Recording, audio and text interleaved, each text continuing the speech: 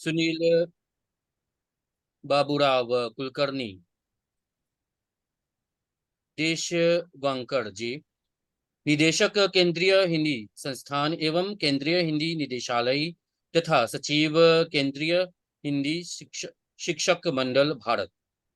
Doctor माधुरी रामधारी जी, महासचिव विश्व हिंदी सचिवालय मॉरिशस।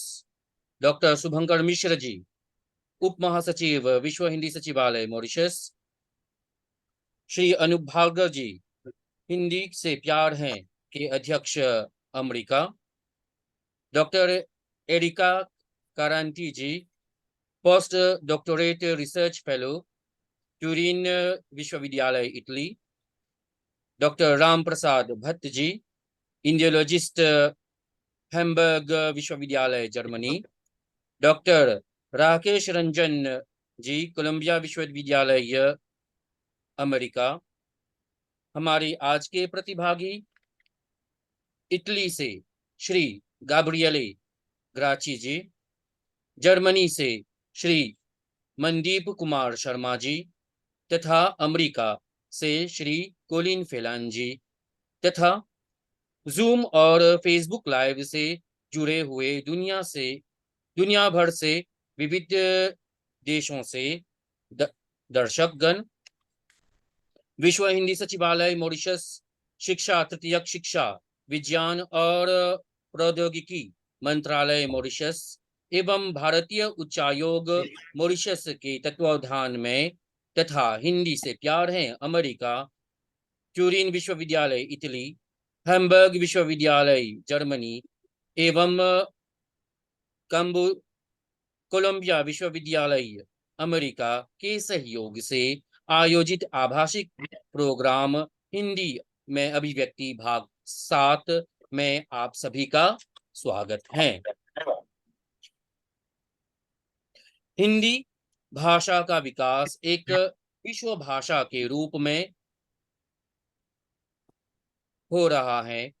उसकी पहुंच केवल वही तक नहीं जहां जहां भारत से गए लोग बसे हैं, बल्कि उन सभी देशों तक है जो भारत देश के साथ कूटनीतिक एवं व्यापारिक संबंध रखते हैं। भारतीय संस्कृति एवं भारतीय ज्ञान भंडार में रुचि रखने वाले लोगों में भी हिंदी की स्वीकार्यता बढ़ रही है। इसी परिप्रेक्ष्य में विश्व हिंदी सचिवालय और सहयोगी संस्थाओं द्वारा आयोजित हिंदी में अभिव्यक्ति प्रोग्राम विश्व भर में हिंदी की स्थिति तथा उसके विकास की संभावनाओं का आकलन करता है। आइए हम विश्व हिंदी सचिवालय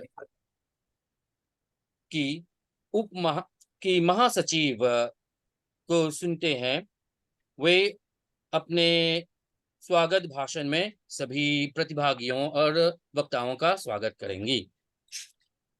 आपका स्वागत है मैडम। धन्यवाद डॉक्टर काशीनाथ जी। कार्यक्रम के अध्यक्ष, विभिन्न देशों के प्राध्यापक और विद्यार्थीगण, हिंदी प्रेमियों, सादर अभिवादन।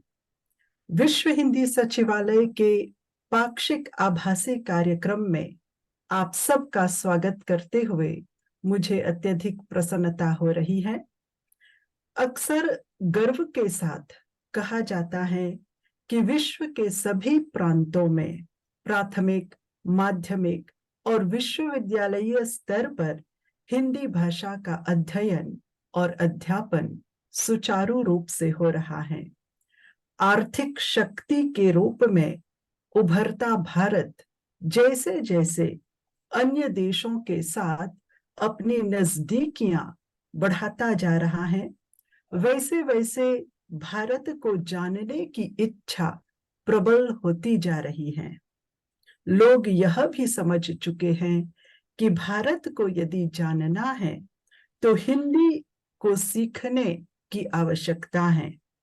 विदेशी भाषा के रूप में हिंदी को सीखने की दिलचस्पी निरंतर बढ़ रही है। कई देशों से हर वर्ष भारी संख्या में विद्यार्थी हिंदी सीखने के लिए भारत जाते हैं। इन विद्यार्थियों का स्वागत भारत के केंद्रीय हिंदी संस्थान आगरा में भव्य रूप से किया जाता है। हमारे लिए गौरव की बात है कि केंद्रीय हिंदी संस्थान और केंद्रीय हिंदी निदेशालय के निदेशक एवं केंद्रीय हिंदी शिक्षक मंडल के सचिव प्रोफेसर सुनील बाबूराव कुलकर्णी देशघवांकर जी हिंदी में अभिव्यक्ति के इस 7वें संस्करण की अध्यक्षता कर रहे हैं। हाल ही में न्यूयॉर्क में आयोजित अंतर्राष्ट्रीय हिंदी सम्मेलन में विदेशी छात्रों के लिए हिंदी के अध्ययन की व्यवस्था विषय पर आपका वक्तव्य सुनने का सुअवसर प्राप्त हुआ था। आज आपके अध्यक्षीय संबोधन से हमें यह जानने का मौका मिलेगा कि हिंदी में सुंदर अभिव्यक्ति करने और कराने की कौन सी श्रेष्ठ विधियां हैं। प्रोफेसर सुनील बाबूराव कुलकर्णी जी का इस मंच पर मैं हार्दिक स्वागत करती हूँ। विश्व हिंदी सचिवालय का विनम्र निवेदन स्वीकार करते हुए 3 अनुभवी व्याख्याता, इटली से डॉक्टर एरिका करंटी जी, जर्मनी से डॉक्टर राम प्रसाद भट्ट जी और अमेरिका से डॉक्टर राकेश रंजन जी आदरणीय वक्ता के रूप में इस आभासी कार्यक्रम में उपस्थित हुए हैं। वे अपने विश्वविद्यालय में कई स्तरों पर कई प्रकार के विद्यार्थियों को बड़े मनोयोग से हिंदी पढ़ा रहे हैं। भले ही देश अलग हैं, फिर भी हिंदी पढ़ाने की उनकी अनुभूतियों में कुछ समानताएं और कुछ भिन्नताएं भी हैं। हिंदी में अपने छात्रों के मौखिक कौशल का विकास करने के लिए वे किस प्रकार के अभ्यास कार्य और गतिविधियां करवाते हैं, यह हम उनके संबोधन के माध्यम से आज जान पाएंगे। डॉक्टर एरिका जी, डॉक्टर राम प्रसाद भट्ट जी और डॉक्टर राकेश रंजन जी का मैं स्वागत करती हूँ, जिन्हें सुनने के लिए मैं व्यक्तिगत रूप से सबसे अधिक उत्साहित रहती हूँ। वे हैं हिंदी के युवा विद्यार्थी। हमें बताया गया है कि अनेक देशों में सबसे अधिक लड़कियां और युवतियां हिंदी सीख रही हैं, परंतु आज मैं विशेष खुशी के साथ यह उल्लेख कर रही हूं कि 3 युवक प्रतिभागी के रूप में इस कार्यक्रम से जुड़े हुए हैं और उनका अनुभव हम उन्हीं के मुख से जान पाएंगे। मैं इटली से गब्रिएला ग्रेसी जी, जर्मनी से श्री मनदीप कुमार शर्मा जी और अमेरिका से श्री कोलिन फिलेन जी का स्वागत करती हूँ। अमेरिका से हिंदी के प्यार है के संस्थापक श्री अनूप भार्गव जी सदा साथ देते हैं, उनका मैं स्वागत करती हूँ। सचिवालय से उप महासचिव डॉक्टर शुभंकर मिश्र जी और हमारे सहयोगी के रूप में डॉक्टर काशीनाथ सोमदत्त जी और श्री मनदीप सहारन हमारे साथ जुड़े हुए हैं। मन संचालक और तकनीकी सहयोगी के रूप में उनका स्वागत किया जाता है और साथ ही फेसबुक एवं जूम के साथ जुड़े सभी श्रोताओं, हिंदी प्रेमियों का मैं स्वागत करती हूँ। आप सबका अभिनंदन है, स्वागत है, धन्यवाद।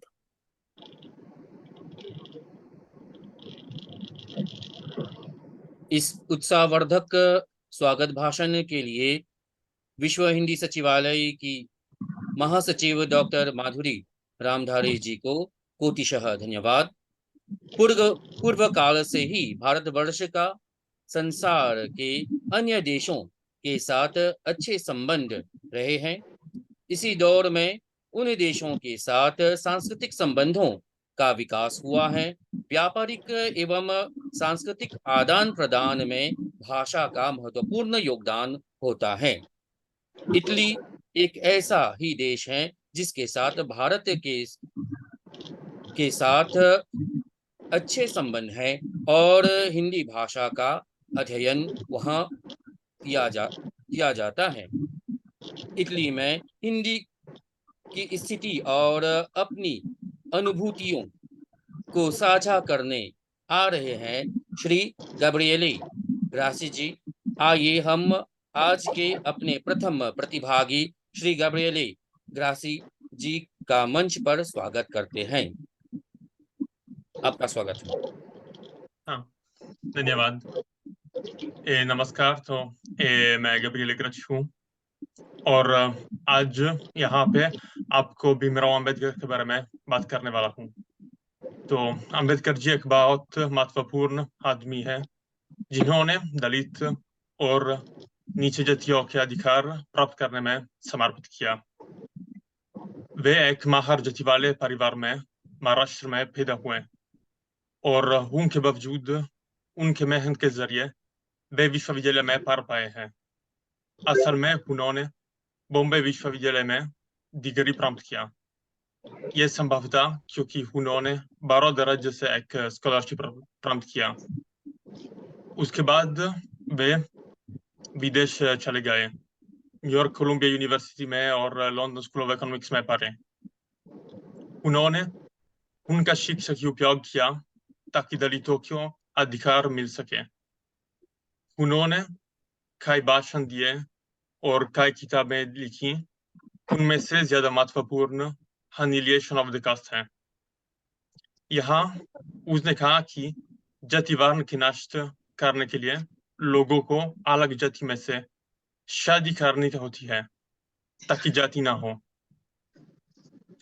एक और महत्वपूर्ण क्रिया अम्बेडकर ने किया है कि उन्होंने हिंदू धर्म से बौद्ध धर्म बदला और कहा कि दलितों को हिंदू धर्म छोड़ना पड़ता था और बौद्ध धर्म लोग हो जानना पड़ते थे। अम्बेडकर जी की राय में चूंकि हिंदू धर्म दलितों को समाज की नीचे भाग रखता था, इसलिए दलितों को बेहतर स्थिति पाने के लिए हिंदू धर्म छोड़ना चाहिए था। अम्बेडकर जी ने बौद्ध धर्म चुना क्योंकि इस धर्म में कुछ और समानता है और बंटवारा के बाद उन्होंने भारतीय संविधान के निर्माण में एक महत्वपूर्ण भूमिका निभाई। उन्होंने संविधान समिति के अध्यक्ष के रूप में कार्य किया। यह एक बहुत अहम बात है क्योंकि उन्होंने संविधान में समाज में समानता, न्याय और सामाजिक न्याय के मूल सिद्धांतों को शामिल किया और भी उसके जरिए उन्होंने नीचे जातियों और दलितों को कुछ ज्यादा अधिकार देने की कोशिश किया। जैसे उन्होंने दलितों को आरक्षित सीटें दिए। उनके महत्व के कारण मुंबई में एक बाबा साहब अम्बेडकर की मूर्ति बनाई जा रही है जिसका नाम है समानता की मूर्ति और हर साल उनका जन्मदिन के मौके पर अम्बेडकर की जयंती मनाई जाती है। यह त्योहार दिखाता है दलितों और लोगों के लिए कितने अच्छे काम किए गए हैं। धन्यवाद सबको।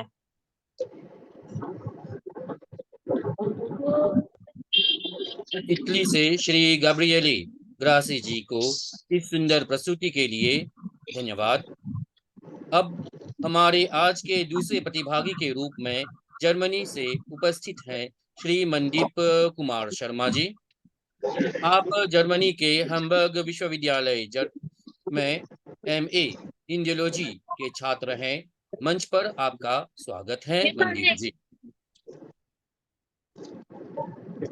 नमस्कार सभी आदरणीय। मैं जैसे कि आपने मेरा परिचय दे दिया है और मैं हैम्बर्ग से हूँ तथा आज मैं हैम्बर्ग विश्वविद्यालय में किस प्रकार से हम हिंदी भाषा का अध्ययन कर रहे हैं अथवा हिंदी के प्रचार प्रसार सहित हम किस प्रकार से हिंदी को बढ़ा रहे हैं उसके बारे में वर्णन करूंगा।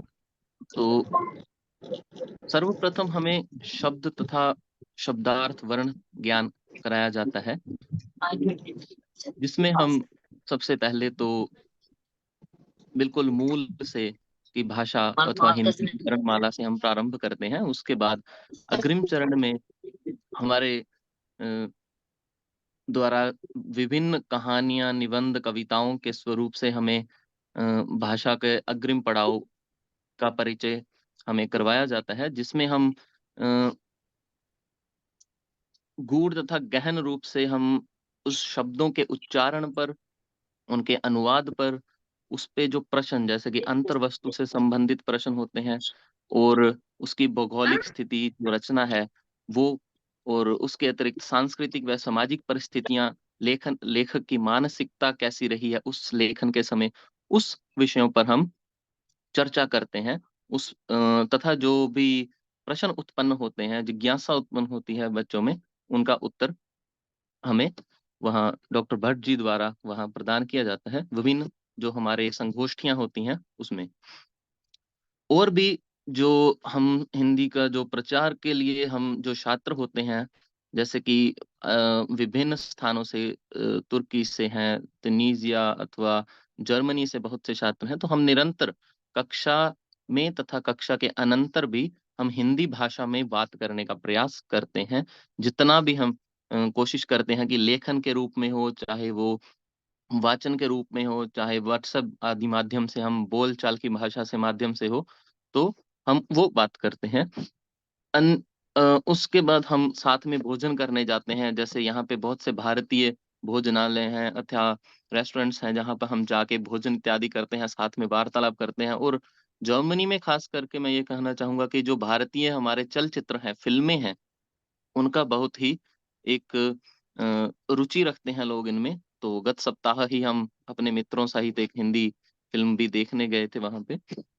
और सबसे जो एक मैं मुझे सबसे प्रिय एक विषय लगता है, वो है विश्व हिंदी दिवस, जो कि प्रति वर्ष हम अपने विश्वविद्यालय में मनाते हैं, जिसमें कि हम विभिन्न लघु छात्रों द्वारा नृत्य होता है उसमें, गान एवं वंदना एवं कविताएं का आयोजन हम उसमें करते हैं। और उसमें हम भोजन एवं पुस्तकें और साहित्यिक, हिंदी साहित्यिक सामग्री हम उसमें वितरण करते हैं। तो जिससे कि जो ना केवल हैम्बर्ग बल्कि अन्य जर्मनी के अलग अलग प्रदेशों से भी छात्र उनमें जुड़ते हैं अथवा हिंदी के प्रति वो जागृत होते हैं।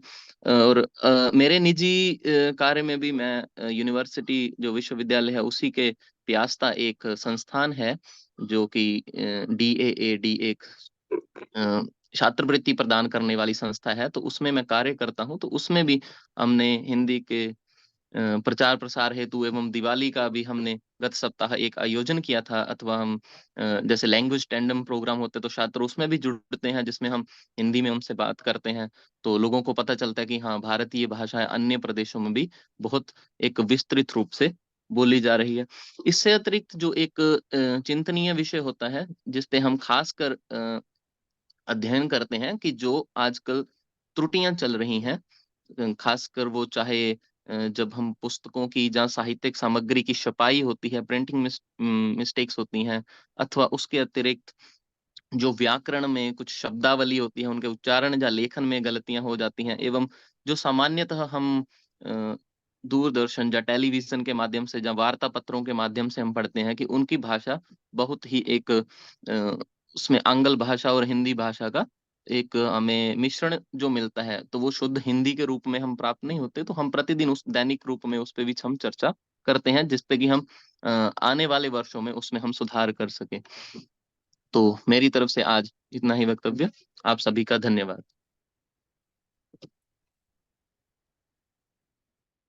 बहुत ही सजी हुई भाषा में अपने मंतव्य को प्रस्तुत करने के लिए जर्मनी के श्री मनदीप कुमार शर्मा जी को हम धन्यवाद देते हैं। हमारे आज के हिंदी में अभिव्यक्ति भाग 7 कार्यक्रम के अंतिम प्रतिभागी हैं अमेरिका से श्री कॉलिन फेलान जी। आप कोलंबिया विश्वविद्यालय के छात्र हैं। आप अंतर्राष्ट्रीय इतिहास का अध्ययन कर रहे हैं, साथ ही आप हिंदी भी पढ़ रहे हैं। हिंदी भाषा के प्रति अपनी निष्ठा और समर्पण को प्रकट करने के लिए अमेरिका के श्री कोलिन फेलान जी को हृदय से हम स्वागत करते हैं। मंच आपका है। सभी को मंच पर नमस्कार। मेरा नाम कालन है और मैं राकेश जी का छात्र हूँ। तो 2018 में मेरी दिलचस्पी हिंदी में शुरू हुई जब मैं कोलकाता पहले बार अपने दोस्त राहुल से मिलने के लिए गया था। इस यात्रा के बाद मैंने फैसला किया कि मैं हिंदी सीखना शुरू करना चाहता था। इसलिए मैंने एक ट्यूटर के साथ और स्वयं अध्ययन के द्वारा हिंदी सीखना शुरू किया। मेरे कॉलेज में हिंदी पढ़ाई उपलब्ध नहीं थी, इसलिए वहाँ मैं हिंदी नहीं पढ़ सका। लेकिन कॉलेज के दौरान मुझे 2 अनुदान हिंदी सीखने के लिए मिले। पहला अनुदान बॉस्टन कॉलेज से था, जिसके द्वारा मैं कोलकाता हिंदी सीखने के लिए गया था। दूसरा अनुदान अटलांटिक कोस्ट कॉन्फ्रेंस से था, जिसके द्वारा मैंने इंडियन नेशनल आर्काइव्स में अपने पर्यावरण इतिहास पर काम किया। यद्यपि मैं इंडियन नेशनल आर्काइव्स में हिंदी नहीं इस्तेमाल कर रहा था, मैं हिंदी वाले लोगों के साथ रहा तो मैं उनसे हिंदी अभ्यास करता था। मेरी उम्मीद है कि अपने अगले ऐतिहासिक काम के लिए मैं हिंदी भी प्रयोग करूंगा। इसके बाद मुझे फुलब्राइट नेहरू स्कॉलरशिप मिली और मैं 1 साल के लिए दिल्ली में रहा। इस अवसर के द्वारा मैं अध्यापक दिल्ली सरकार स्कूल में था और हर दिन स्कूल के बाद एक हिंदी संस्थान में हिंदी भी सीखी। ये पहली बार कि मैं हिंदी औपचारिक रूप से सीख रहा था। अब मैं कोलंबिया विश्वविद्यालय पर्यावरण इतिहास का छात्र हूँ। मेरी डिग्री के लिए मुझे फॉरेन लैंग्वेज एरिया स्कॉलरशिप मिली और मैं उच्च हिंदी राकेश जी का छात्र हूँ। अगले गर्मी मैं आशा करता हूँ कि मैं भारत जाऊंगा ताकि मैं हिंदी सीखता रहूं। व्यक्तिगत तौर पर मैं अलग-अलग रणनीतियों हिंदी में सुधार करने की कोशिश करता हूँ। पहला, हर दिन सुबह जागने के बाद अपने घर में जोर-जोर से हिंदी अखबार पढ़ता हूँ। सप्ताह में 3 बार मैं अपने दिल्ली की हिंदी शिक्षक से बात करता हूँ। तीसरा, स्कूल जाते हुए मैं नवभारत गोल्ड हिंदी समाचार पॉडकास्ट सुनता हूँ। इसके द्वारा मैं इतिहास और राजनीति जानकारी प्राप्त करता हूँ। चौथा, सोने से पहले मैं अपनी हिंदी पत्रिका में 5 नए शब्द लिखता हूँ जो मैंने दिन के दौरान सीखा है। पांचवा, न्यूयॉर्क में रहते हुए मैं अलग-अलग पड़ोसों में जैसे जैक्सन हाइट्स पड़ोस भी जाता हूँ। वहाँ मैं भारतीय लोगों से बात करता हूँ। अंत में अपनी उच्च हिंदी की कक्षा में मैं भाषा के 4 कौशलों पर लगातार सुधार करता हूँ और मैं अलग-अलग शब्दावली और व्याकरण की व्याख्याएं सीखता हूँ ताकि मैं सटीकता और उत्पादकता के साथ लिख और बोल सकता हूँ। इस प्रकार से मैं हमेशा सामाजिक और सांस्कृतिक संदर्भ के साथ सीखता रहता हूँ।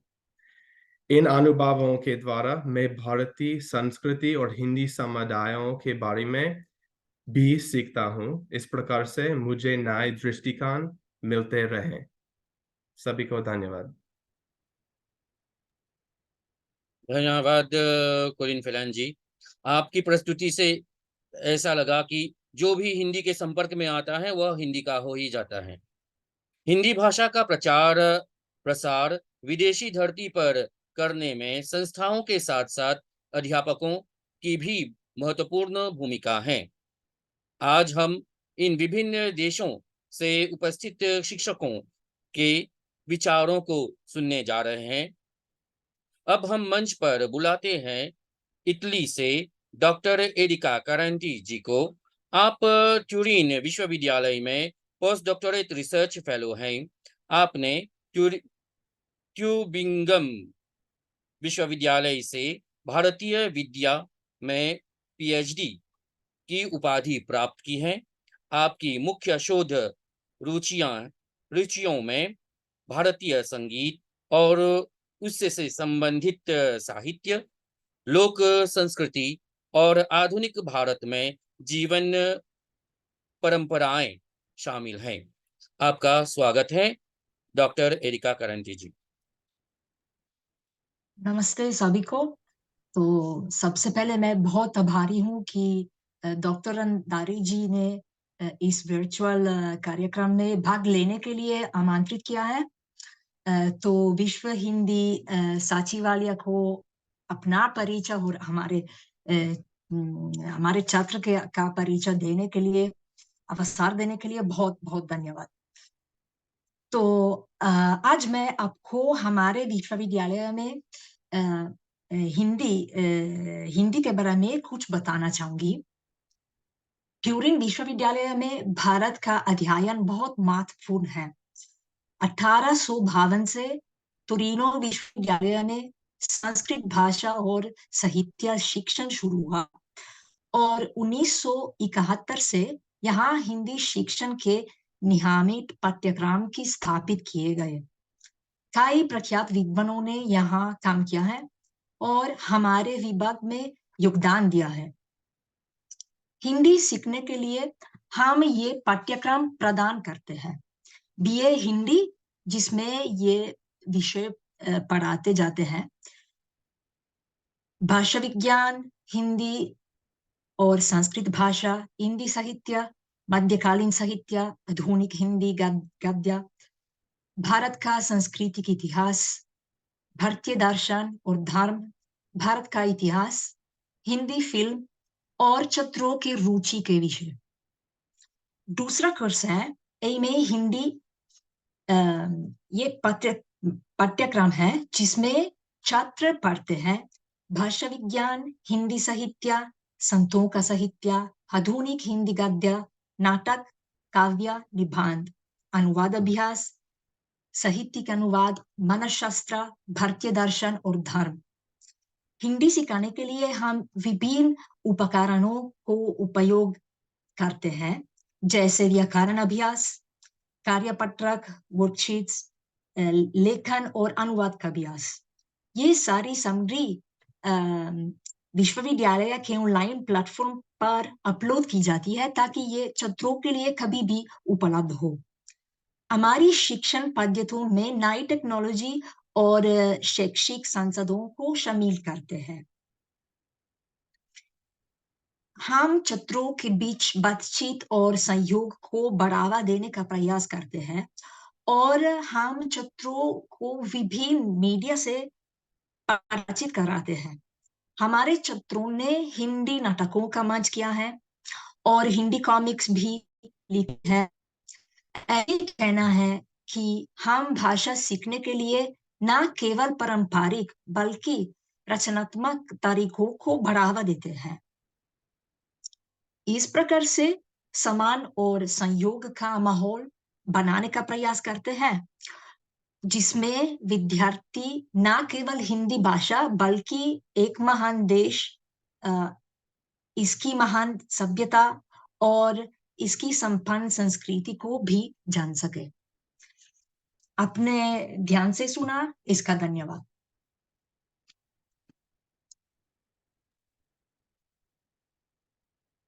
इन ज्ञानवर्धक विचारों के लिए इटली के ट्यूरिन विश्वविद्यालय की डॉक्टर एरिका करंटी जी को हम कोटिशः धन्यवाद देते हैं। अब हमारे समक्ष आ रहे हैं जर्मनी से डॉक्टर राम प्रसाद भट्ट जी। आप जर्मनी के हैम्बर्ग विश्वविद्यालय में इंडियोलॉजिस्ट के रूप में कार्यरत हैं। मंच पर आपका स्वागत है डॉक्टर राम प्रसाद भट्ट जी। जी नमस्कार। आशा है सब लोग सुन पा रहे होंगे। बहुत बहुत हार्दिक आभार आपका, सचिवालय का और सभी अन्य लोगों का, मित्रों का, साथियों का, जो भी इस कार्यक्रम से जुड़े हुए हैं। विश्व हिंदी सचिवालय एक बहुत महत्वपूर्ण स्थान है, एक संस्थान है और आगरा केंद्रीय हिंदी संस्थान भी एक बहुत महत्वपूर्ण, दोनों महत्वपूर्ण संस्थान है। और मैं आगरा से तो बहुत पहले से जुड़ा हूँ और महासचिवालय से भी काफी समय से जानता हूँ लोगों को जो आए हैं, पिछले जो रहे हैं लोग, और मुझे खुशी है कि आप इस तरह का काम भी कर रहे हैं, और मुझे लगता है कि और भी अधिक इंगेजमेंट की आवश्यकता है। मैं पिछले 20 वर्षों से, लगभग 20-22 वर्ष हो गए मेरे ख्याल से, मुझसे ज्यादा सीनियर तो राकेश रंजन जी हैं, वो बहुत पहले से विदेशियों से जुड़े हुए हैं, लेकिन उनको भी मालूम है मैं पहले मसूरी में था, लैंडो लैंग्वेज स्कूल वहां से शुरू किया, और वहां तो पूरे अमेरिकन और इधर यूरोप के अधिकतर विश्वविद्यालय के छात्र भी आते हैं, और यूरोप में भी करीबन ये मेरा तीसरा विश्वविद्यालय है। हिंदी की स्थिति जहां तक प्रश्न है उसका, तो उसके बहुत अलग अलग पहलू हैं, और मैं सब पर तो नहीं जाना चाहूंगा इस समय, क्योंकि समय बहुत कम है, और दुर्भाग्य से मुझे आधे घंटे में जाना भी होगा दूसरे कार्यक्रम में, इसलिए पहले ही क्षमा चाहता हूँ। यहाँ तक जो संस्थागत शिक्षण है उसका प्रश्न है, तो जर्मनी में अगर हम उसका इतिहास देखते हैं तो काफी समय से हिंदी का शिक्षण हो रहा है। लगभग आपको जानकर शायद खुशी हो कि मेरे विश्वविद्यालय में, या कहिए कि जिस पद पर मैं हूं, उस पद को 100 वर्ष हो गए हैं 2022 में। तो हमने पूरे 100 वर्ष मनाए, और सिर्फ हैम्बर्ग की बात मैं कर रहा हूं, तो यहाँ पर पिछले 100 वर्षों से जो कुछ हुआ वो काफी कुछ हुआ है, और होने वाला भी है। मुझे आशा कि और भी अच्छा होगा। लेकिन दूसरी तरफ जब मैं देखता हूं, जब मैं आया था तो लगभग 17 विश्वविद्यालयों में जर्मनी में हिंदी का शिक्षण होता था, और जो पहली शुरुआत हुई 1887 में बर्लिन में, वहां से लेकर के कहानी बहुत आगे बढ़ी, और 70 और 80 के दशक तक बहुत अच्छा चला सब कुछ। 2000 आते आते वो भी ठीक ही रहा, लेकिन उसके बाद कहानी कुछ अलग होने लगी। वो धीरे धीरे विश्वविद्यालयों में हिंदी का शिक्षण बंद होने लगा, और मुझे लगता है कि काफी दुनिया के अलग अलग देशों में की भी यही कहानी है। जहां तक मैं समझता हूँ, मैं जाता रहता हूँ यूरोप में, चाहे वो बेल्जियम हो, या नेदरलैंड्स हो, या फिर फ्रांस हो, या फिर इटली हो, या यहाँ भी ओस्लो और नॉर्वे और स्वीडन और डेनमार्क, तो सभी जगह देखते रहते हैं। और जो संख्या कम हुई है उसका कारण हमेशा एक फाइनेंशियल डेफिसिट बताया जाता कि आर्थिक तंगी है इसलिए हो रहा है, लेकिन मुझे लगता है वो सिर्फ एक ही एक तरह से हम उसको कहेंगे एक्सक्यूज माना जा सकता है, क्योंकि पैसे की वास्तव में इतनी कमी तो नहीं दिखती है। कुछ कारण है, और मुझे लगता है कि वो मैं उसमें यहाँ नहीं जाना चाहता। उसके लिए आप, मेरे ख्याल से महासचिवालय ने भी एक आलेख छापा था, ये अभी जो विश्व हिंदी सम्मेलन हुआ उसमें मैंने थोड़ा जिक्र किया है उसका, तो उसमें लोग देख सकते हैं, और बाकी दूसरी जगह भी काफी छपा है, तो उसमें भी लोग देख सकते हैं। महात्मा गांधी अंतर्राष्ट्रीय विश्वविद्यालय में मेरे ख्याल से उनकी वेबसाइट पर भी होगा। हिंदी के साथ साथ एरिका ने बहुत अच्छे ढंग से प्रस्तुत किया कि हम सिर्फ भाषा नहीं सिखाते हैं। हमारा जो एक तरीका है वो ये होता है कि हम देश का भूगोल से लेकर के उसका इतिहास, उसका समाज, और उस समाज की जो संस्कृति है उस तक बात करते हैं, और उसकी वहां तक जाते हैं। और शुरुआत से ही ये शुरू होता है कि जब आप पहले से ही जब वर्णमाला ही शुरू करते हैं, तो वहीं से हम इतिहास की बात भी शुरू कर लेते हैं। खास करके मेरे जो मित्र जो लिंग्विस्ट होंगे उनको पता है।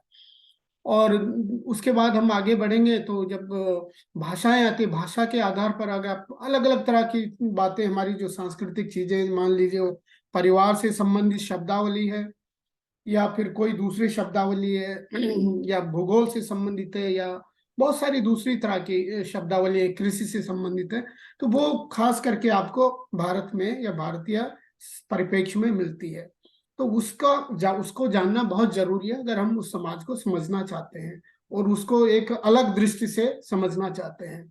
क्योंकि जो परंपरागत दृष्टि है वो तो है, ठीक है, फिलोलॉजी है या इतिहास है या मेरे ख्याल से एथनोलॉजी है, लेकिन हमको उससे भी आगे बढ़कर देखना होगा कि जो लिंग्विस्ट करते ही हैं, मेरे ख्याल से आजकल काफी करते हैं, जो सोशो लिंग्विस्टिक्स है उसमें बहुत सारा काम हो रहा है और लोग कर भी रहे हैं। मुझे खुशी है कि हैम्बर्ग में मेरे जो लिंग्विस्ट मित्र हैं वो भी से जुड़े हुए हैं काफी। और उसके बाद हम जाते हैं कहानी पर, और कहानी में जैसे कि पहले भी शायद जिक्र किया है हमारे छात्र ने कि हम जब कहानी पढ़ते हैं तो हम सिर्फ कहानी पढ़ते नहीं है, हम उस पर मनन करते हैं, उसका हर शब्द देखते हैं कि इसका भूगोल कहाँ है, क्योंकि हमारे लिए हर शब्द का एक निजी भूगोल है। वो शब्द कहाँ से आया, उसका समाज पर क्या प्रभाव पड़ता है। आप मेरे ख्याल से बहुत सारे लोग इस बात से वाकिफ होंगे, आजकल भारत में बड़ी बहस चल रही है औरत शब्द पर, तो उसी के इर्द गिर्द आप बहुत बड़ा आर्टिकल लिख सकते हैं, बहुत बहस चल रही है। तो जब अगर आप फारसी जानते हैं और फारसी के अलावा अगर आपको अरेबिक भी आती है, जो कि मैं तो हमेशा, मेरे ख्याल से रंजन साहब आप तो जानते ही हैं, बिना उसके हम लोगों का काम नहीं चलता। तो संस्कृत, हिंदी को समझने के लिए मेरे विचार से संस्कृत और फारसी आना बहुत जरूरी है। उसके बिना हम ठीक से काम नहीं कर पाते हिंदी के साथ, और नहीं हम जस्टिफाई कर पाते चीजों को। तो इसलिए, और जब हम आगे बढ़ते हैं तो फिर कहानी को हम एक तरह से वो एक थिएटर के रूप में भी डाल देते हैं। तो हमारी खुशकिस्मती ये है कि हम हैम्बर्ग में हैं, और हैम्बर्ग एक बहुत मेट्रोपोल टाउन है। यहाँ की सरकार हमें काफी मदद भी देती है। अगले सप्ताह से 20 नवंबर से और 26 नवंबर तक हमारे यहाँ फिर से एक इंडिया वीक होगा, 10वीं बार हो रहा है। उसमें हमारे छात्र भी प्रस्तुति देते हैं। और पिछली बार जो हमने किया था वो ये था कि जो गंगा नदी है या यमुना नदी है, और जो येल्बा नदी है या जो राइन नदी है जर्मनी के और भारत की नदियों का, उनका संगम और उनकी दुर्दशा, और फिर उनका रिजुवेनाइजेशन या उनकी जो सफाई है या जो भी चीजें हैं उससे संबंधित हमने एक बहुत बढ़िया हमारे छात्रों ने प्रस्तुति दी थी। वो शायद ऑनलाइन उपलब्ध होगा। तो आप समझ सकते हैं कि उसमें काम बहुत ज्यादा है, लेकिन छात्रों की दिलचस्पी भी बहुत अच्छी रहती है। और साथ साथ यह है कि वो सिर्फ टेक्स्ट नहीं होता है, वो वर्बल टेक्स्ट बन जाता है। और वर्बल टेक्स्ट जब बनता है तो हमारे लिए वो एक संस्कृति का रूप ले लेती है, क्योंकि छात्र उसका प्रयोग करते हैं आते जाते, आपस में जब पार्टी होती है तो वहां भी 2-4 डायलॉग हो जाते हैं। तो ये मेरे लिए एक बहुत बड़ा सुकून का विषय रहता है कि ठीक है, छात्र लोग जो हैं आपस में ही मिल रहे हैं, वो मिलते भी हैं कई बार। मेरे ख्याल से थर्सडे को, एवरी थर्सडे या एवरी सेकंड थर्सडे को मिलते हैं, और फिर आप वो आपस में बातचीत भी करते हैं, बाहर जाते हैं, वो फिल्म देखने जाते हैं, कहीं खाना खाने जा रहे हैं, या फिर खरीदारी करने जा रहे हैं। तो हम निवेदन ये करते हैं, हम फोर्स तो नहीं कर सकते छात्रों को, लेकिन निवेदन रहता है या उनसे किसी तरह से उनको कन्विंस करने की कोशिश रहती है कि आप हिंदी का प्रयोग कीजिए। और दूसरा जो तरीका होता है कि आप भारतीय जो लोग हैं, जो यहाँ पर रह रहे हैं, भारतीय महिलाएं खास करके, क्योंकि भारतीय लड़कों के साथ थोड़ी हमारी समस्या होती है, मैं कहना नहीं चाहता, वो शायद एरिका को पता होगा, दूसरे लोगों को पता होगा। हम उनको बुलाते हैं तो हमारे लिए समस्या ही खड़ी हो जाती है। तो खास करके महिलाओं को बुलाते हैं तो वो उनसे बातचीत करती हैं, वो चाहे फिर खाने पर हो या साड़ी बांधना सीखना हो या फिर कोई और चीज हो। जैसे अभी दिवाली का जिक्र आया, तो दिवाली में वो मिलते हैं, और जो जो चीजें होती हैं, दीपक ही कैसे जलाना है, दीपक का क्या महत्व है, दिवाली का क्या महत्व है, फेस्टिवल से लेकर से, त्योहार से लेकर के जन्मदिन, और वाराणसी का जो सीन है, दृश्य है, आपको मालूम है, बहुत सारे हमारे मित्र लोग तो रहे हैं वाराणसी में। तो आप देखते हैं कि एक जगह आपका जीवन है, बगल में कुत्ता बच्चा सब खेल रहे हैं। रंजन जी, आप तो वहां रहे हैं, और बगल ही में जो है आपका 10 में एक घाट है, और उसके बगल में मतलब वो जो मृत्यु सैया होती है वो जल रही है, और लोग डुबकी लगा रहे होते हैं दूसरे। आप उस सिनेरियो को यहाँ कैसे समझाएंगे, वो समझा नहीं सकते लोग, बहुत सारे लोगों के लिए बहुत ज्यादा हो जाता है। तो वो सिर्फ आप एक्सपेरिमेंट करके, मतलब वहां जाकर अनुभव के आधार पर होता। और इसीलिए हमारा जो भी छात्र होता है, बीए से शुरू हम करते हैं, तो वो उसको 6 महीने भारत में बिताने पड़ते हैं कम से कम। तो हमारे यहाँ बीए जो है वो 4 साल का है, ऑनर्स।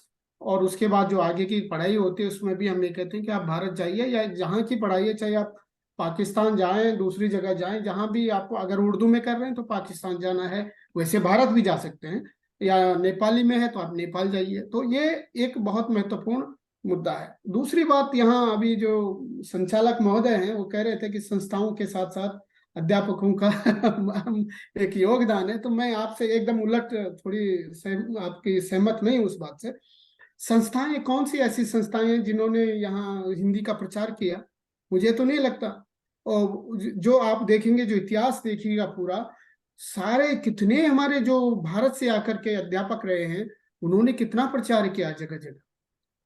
और ये एक मुद्दा और है, बहुत सारे लेखक लोग इसमें भी शायद हैं।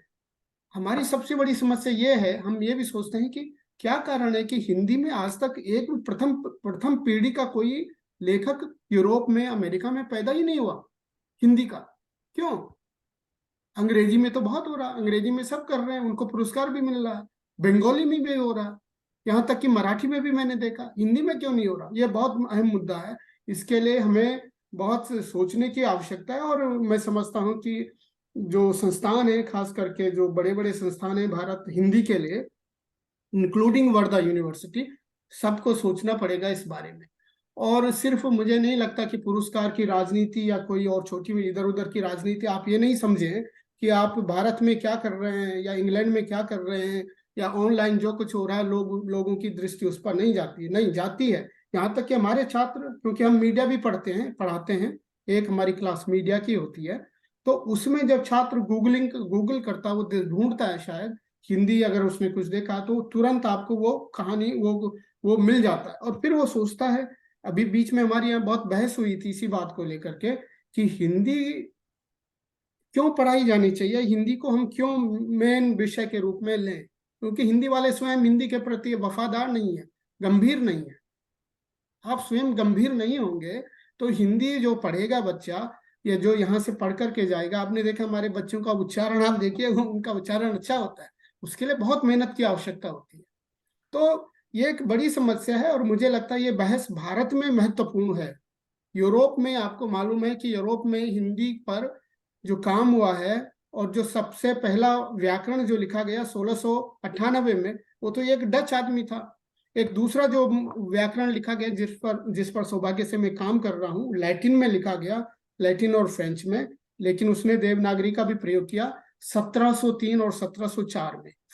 जो शब्दकोश है उस पर हम काम कर चुके हैं उपसला में, और जो व्याकरण है उस पर मैं अभी शोध कर रहा हूँ, तो उसमें देवनागरी का भी प्रयोग हुआ सौभाग्य से 1704 में, आप सोचिए। और वो मैन्युस्क्रिप्ट पड़ा हुआ था रोम में, किसी को मिला ही नहीं। तो काम बहुत हुए हैं, यूरोप वालों ने बहुत काम किए हैं।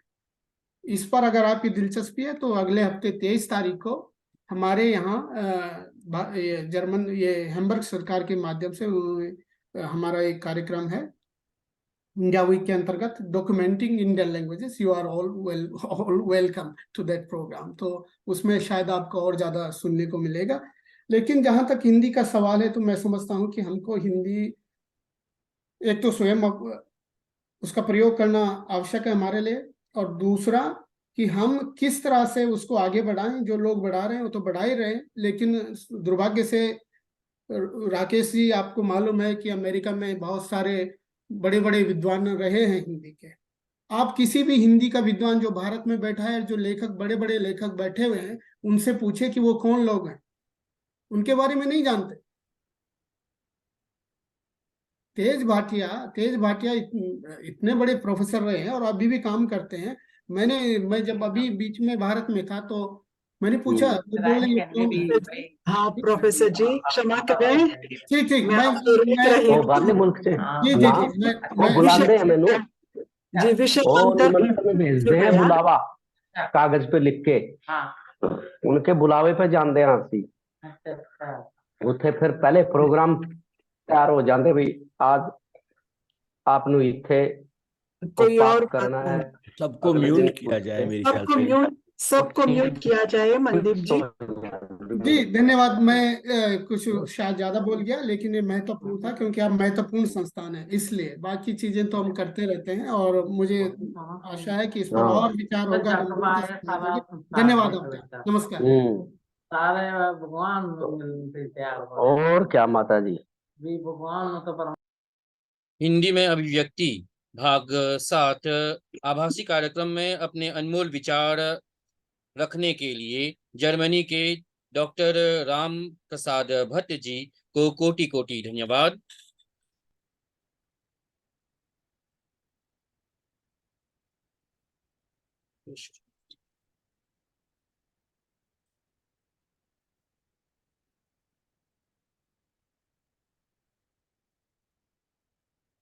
हमारे समक्ष अपने विचारों को अभिव्यक्त करने आ रहे हैं अमेरिका से डॉक्टर राकेश रंजन जी।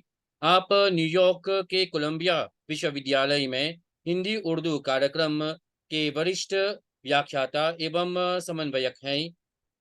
आपने 1997 में दिल्ली विश्वविद्यालय से भाषा विज्ञान में अपनी पीएचडी की डिग्री प्राप्त की। आपने 25 वर्षों से अमेरिका के विविध विश्वविद्यालयों के छात्रों को हिंदी भाषा, साहित्य और शिक्षण शास्त्र आदि विषयों की शिक्षा दी है। 2022-2023 में आपको कोलंबिया विश्वविद्यालय के प्रतिष्ठित लैंडफेस्ट डिस्टिंग्विश्ड फैकल्टी अवार्ड से सम्मानित किया गया है। मंच पर आपका स्वागत है डॉक्टर राकेश रंजन जी।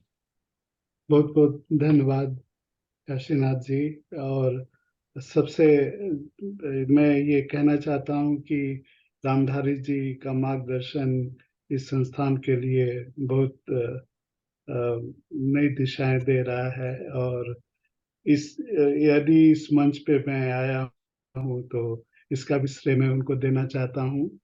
और मुझे खुशी है कि भाषा और साहित्य दोनों को आपने जोड़ा है। दोनों एक ही सिक्के के दो पहलू हैं। भाषा साहित्य से अलग नहीं है, साहित्य भाषा से अलग नहीं है। लेकिन शिक्षण के लिए जो रामभट्ट जी ने अच्छे से बताया कि भाषा शिक्षण के लिए जिस तरह से योजना बननी चाहिए उस तरह की योजना नहीं बन पाती है। तो मैं ये कहना चाहता हूँ कि अगर भारत भाषाओं का देश है तो अमेरिका भाषा शिक्षण का देश है। न्यूयॉर्क में 200 भाषाएं बोली जाती हैं। कोलंबिया यूनिवर्सिटी में 50 से ऊपर 53 भाषाएं पढ़ाई जाती हैं। मेरे विभाग में middle eastern south Asian African studies में 16 भाषाएं पढ़ाई जाती हैं। साउथ एशिया की 6 भाषाएं पढ़ाई जाती है मेरे विभाग में, हिंदी, उर्दू, बंगाली, पंजाबी, संस्कृत और तमिल। तो और इसके साथ साथ दूसरे विश्व युद्ध के बाद जो भाषा शिक्षण में, विदेशी भाषा शिक्षण में बहुत सारे काम हुए हैं। और एक इंस्टीट्यूट का नाम जिस आप मिली थी रामधारी जी और आकाश पटेल जो एक्टफेल के प्रेसिडेंट हैं। तो एक्टफेल क्या है? ACTFL American Council on the Teaching of Foreign Languages है और इसने 1985 से गाइडलाइंस बनाना शुरू किया कि अमेरिका में बहुत विश्वविद्यालयों में पढ़ाई होती है लेकिन सब अपने ढंग से पढ़ाएंगे तो एकरूपता और उसका मानकीकरण ही होगा। तो इसलिए एक्टफेल ने गाइडलाइन बनाना शुरू किया। हिंदी का गाइडलाइन 1995 में बना और 2012 में उसका थोड़ा उसमें सुधार किया गया। तो ये चीजें हमें देखनी चाहिए कि दूसरी विदेशी भाषा के रूप में, अब जैसे मैं कह रहा हूँ कि जो मेरी क्लास में कोलंबिया में, अमेरिका में 30 विश्वविद्यालयों से ज्यादा विश्वविद्यालयों में हिंदी पढ़ाई जाती है। कहीं पे प्रथम वर्ष प्रारंभिक हिंदी, कहीं पे प्रथम वर्ष, द्वितीय वर्ष, प्रारंभिक, माध्यमिक, और कहीं पे हम लोग के विश्वविद्यालय में तीनों स्तर पे है। उच्च हिंदी है और उसके बाद रीडिंग्स इन हिंदी लिटरेचर है, इस तरह की कई कक्षाएं हैं। तो ये बहुत जरूरी है कि जो नए शिक्षक होते हैं उनको कुछ सीखने की जरूरत है। पढ़ाने के पहले, सिखाने के पहले कुछ सीखने की जरूरत है और उसके लिए बहुत सामूहिक रूप से बहुत प्रयास नहीं हो रहा है और जिसके कारण जितनी प्रगति होनी चाहिए उतनी प्रगति नहीं हो पाती है। जैसे मेरे विश्वविद्यालय में मेरे जो छात्र हैं, ये मैं दूसरे की बात नहीं कर रहा हूँ, 3 तरह के छात्र हैं। कोलंबिया में। मातृभाषी हैं जो भारत से आते हैं और फराटेदार हिंदी बोलते हैं। यहाँ के जो यहाँ जिनका जन्म हुआ है, जिनको हम विरासती छात्र कहते हैं, ये 3 तरह के हैं। जिनके माता पिता हिंदी बोलते हैं तो उनको हम एंसेस्ट्रल हेरिटेज लर्नर कहते हैं, पैतृक हिंदी भाषी।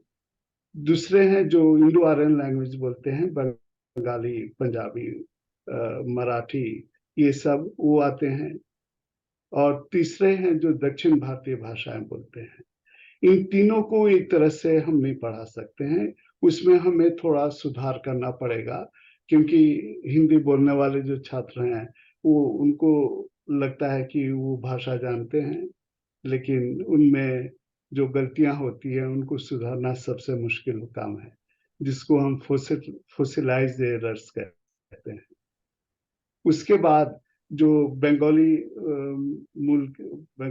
परिवारों से जो हिंदी छात्र आते हैं, उनमें जेंडर एग्रीमेंट का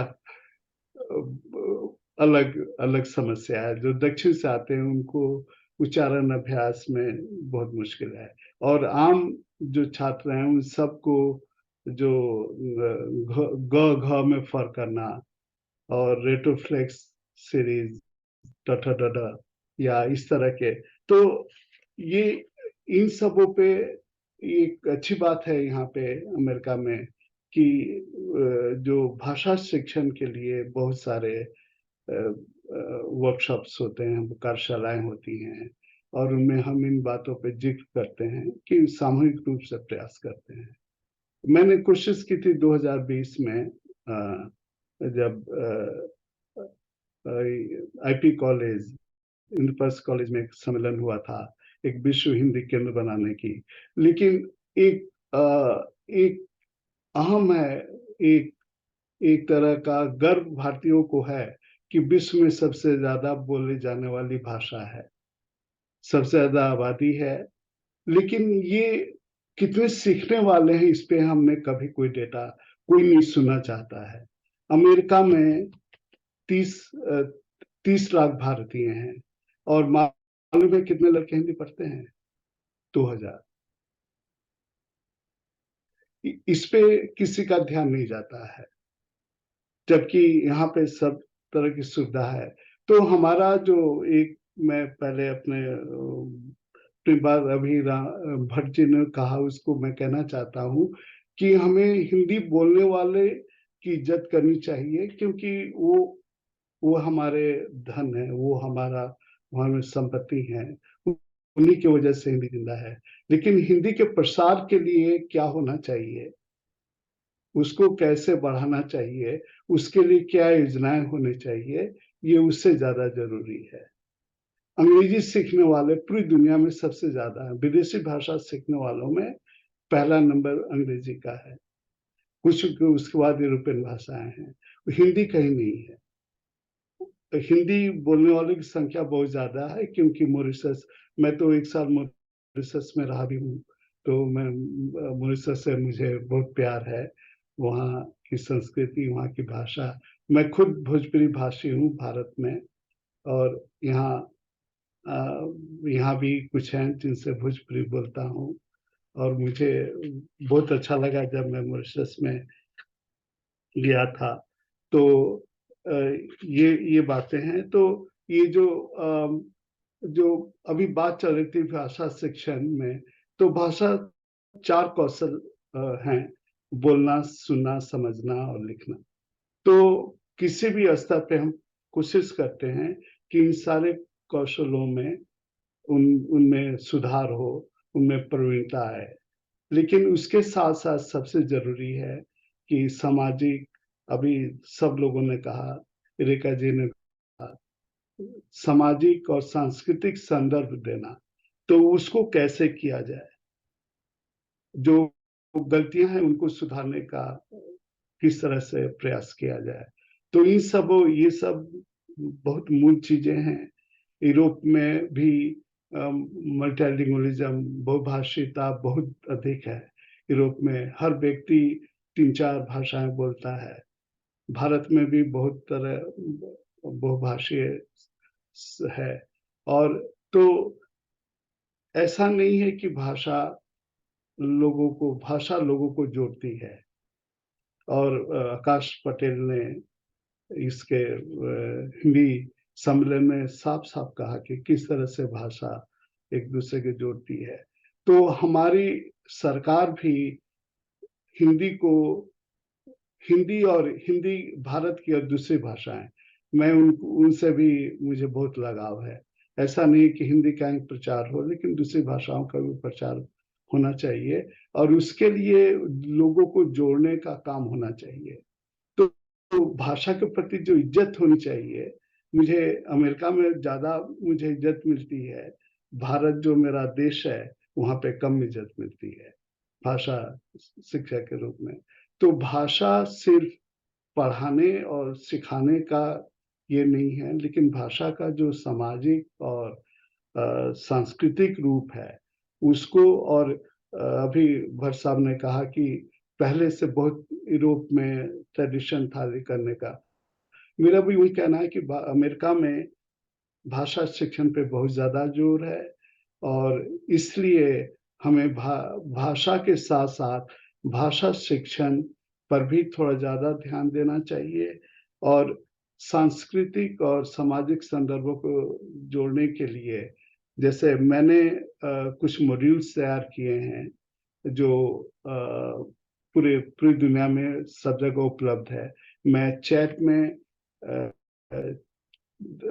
हिंदी प्रोफिशिएंसी गाइडलाइन पेस्ट करूंगा और उसके साथ जो मॉड्यूल्स मैंने बनाए हैं उसकी भी जानकारी दूंगा। लेकिन मेरा ये कहना है कि ये बहुत अच्छा प्रयास है और मैं हिंदी केंद्रीय संस्थान कुलकर्णी जी भी यहाँ हैं, रामधारी जी भी हैं, इन सबों से ये है कि बातें हम कर रहे हैं, लेकिन बातों के साथ साथ काम भी कुछ करें जिससे जिनको जानकारी नहीं है उनको जानकारी मिले, जो जानकारी है वो जानकारी अपनी जानकारी शेयर करें। यहाँ पे हम सबों को मिलाकर एक इस तरह का संस्थान बनाएं जो कि अपने आप में अनोखा हो और वो लोगों को जोड़ने का प्रयास करे। तो अब इस पे कह रहा हूं कि अभी जो 21वीं सदी का एक्चुअल का जो 21वीं सदी का भाषा शिक्षण का मुख्य उद्देश्य है वो है कि भाषा हमेशा सामाजिक और सांस्कृतिक संदर्भ में सीखी जाए। भाषा वैसी हो जो सहज हो, स्वाभाविक हो। भाषा वैसी हो जो सटीक हो और उपयुक्त हो। ऐसा विदेशी भाषा के रूप में अभी हिंदी का उस तरह से है, मॉरिशस की हिंदी, फिजी की हिंदी, उनमें वहाँ की संस्कृति है, लेकिन जो व्याकरण की दृष्टि से और सामाजिक दृष्टि से, जैसे हम कहते हैं कि संस्कृत शब्दों का प्रयोग कई बार अटपटा लगता है, लेकिन मैं अपने लड़कों से पूछता हूँ कि अंग्रेजी में आप हार्टोलॉजी क्यों नहीं कहते हैं, आप क्यों कार्डियोलॉजी कहते हैं, कहाँ से वो शब्द आया है। जैसे प्रदूषण और गंदा, प्रदूषण का, लेकिन दोनों का संदर्भ अलग है। हम वायु प्रदूषण कहेंगे और हवा गंदी है कहेंगे, उन दोनों में अर्थ का भेद है। तो इसलिए भाषा की जो स्वाभाविकता है, हमें तत्सम शब्द हैं, तद्भव शब्द हैं, देशज है, विदेशज है, उनको हम कैसे अलग कर सकते हैं। वो हमारी हिंदी की जड़ में है। हिंदी उसी को लेके पलती बड़ी हुई है और अभी भी है। तो इसलिए शिक्षकों को इसकी जानकारी ज्यादा होनी चाहिए, तब वो छात्रों को अच्छे तरह से समझा सकते हैं कि कैसे तत्सम तद्भव। हम मंदिर में जाते हैं तो जल चढ़ाते हैं, हम पानी नहीं चढ़ाते हैं, हम पुष्पांजलि करते हैं, फूल वैसे नहीं कहते फूल चढ़ा दो। तो इस तरह से अब इस तरह की जो भाषा में सूक्ष्मता है हिंदी की जो सूक्ष्मताएं हैं वो बहुत जरूरी हैं, और उसी से सांस्कृतिक संदर्भ हो और सामाजिक संदर्भ हो।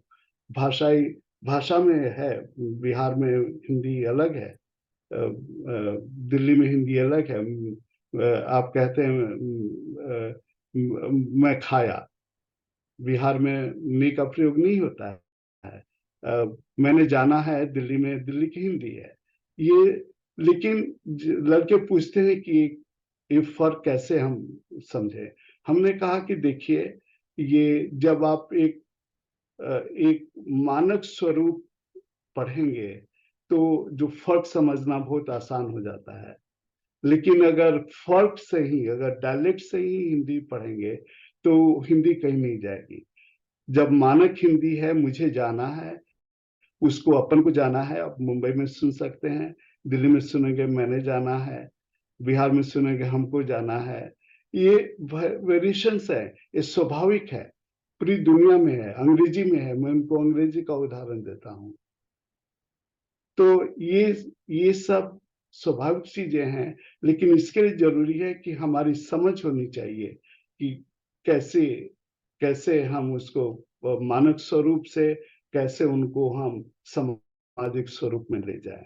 तो इन्हीं बातों के साथ मैं ज्यादा नहीं कहना चाहता हूं, लेकिन ये बहुत अच्छा प्रयास है और मैं चाहता हूं कि इस तरह की चर्चाएं ज्यादा हों और आपस में हम मिलजुल कर काम करें। और हिंदी रहेगी, इसमें कोई ये नहीं है। हिंदी पनपेगी, बढ़ेगी और सम्मान मिलेगा। हम सम्मान देंगे तो हमें सम्मान मिलेगा। ऐसा नहीं है कि respect is not demanded, it is commanded. तो इसको आदर देंगे तो हमें आदर मिलेगा। Thank you.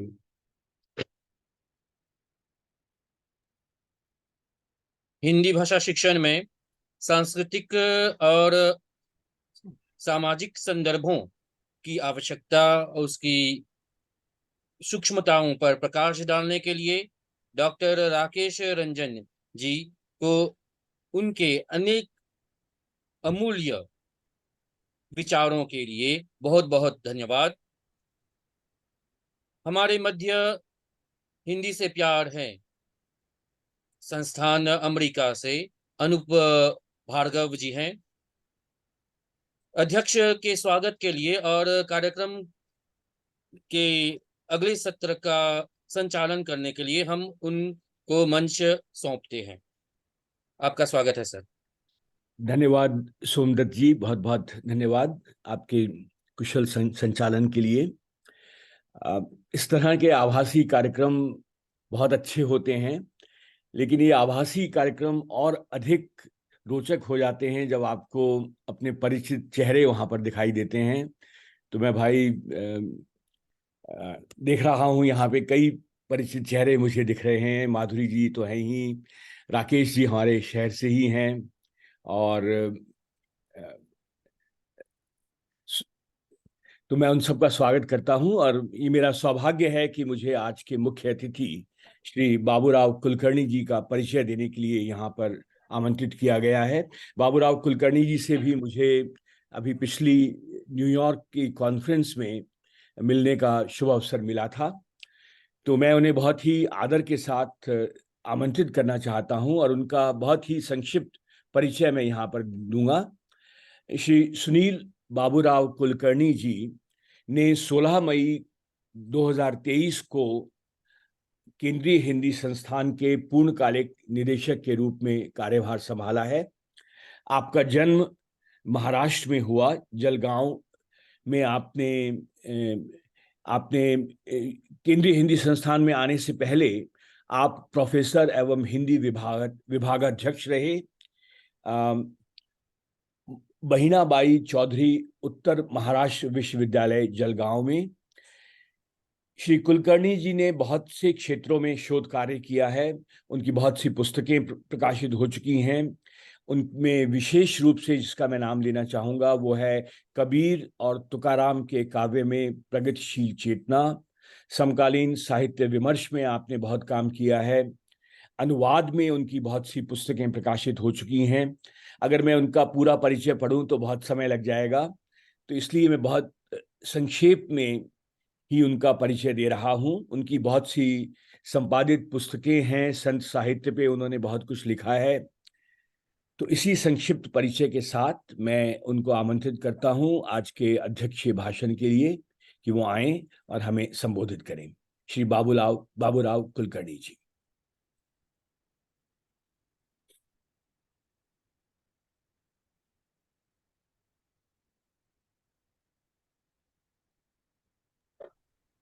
हेलो, आवाज आ रही है? जी हाँ कुलकर्णी जी, आपका स्वागत है और हमें जी आवाज। जी जी।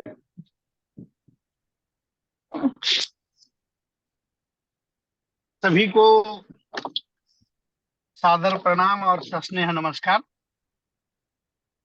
इस आभासी मंच के माध्यम से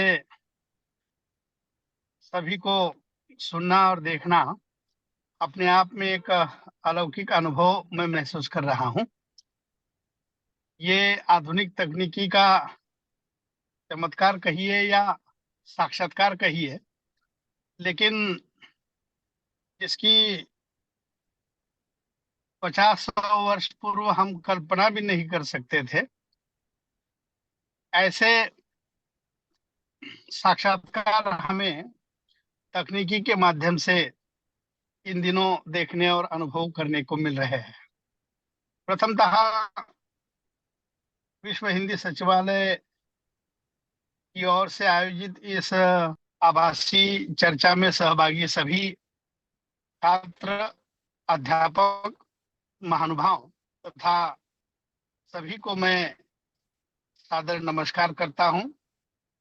जैसे कि अनूप जी ने कहा कि हाल ही में न्यूयॉर्क के इंडियन एम्बेसी द्वारा और भाषा संगम फाउंडेशन द्वारा आयोजित 5वें अंतर्राष्ट्रीय सम्मेलन में हम लोग एक दूसरे से परिचित हुए। माधुरी जी भी उसमें मुख्य अतिथि के रूप में थी, मैं भी उसमें सहभागी हुआ और तब से ये परिचय का तार जुड़ा तो उसको आज इस रूप में आकार मिला।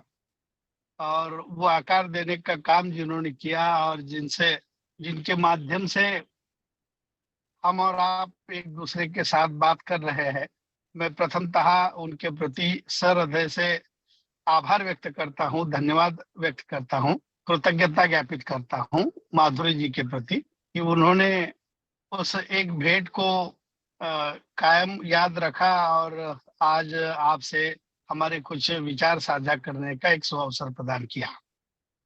और इसलिए प्रथम धन्यवाद ज्ञापन करने का अधिकार जो है वो उन्हीं का है।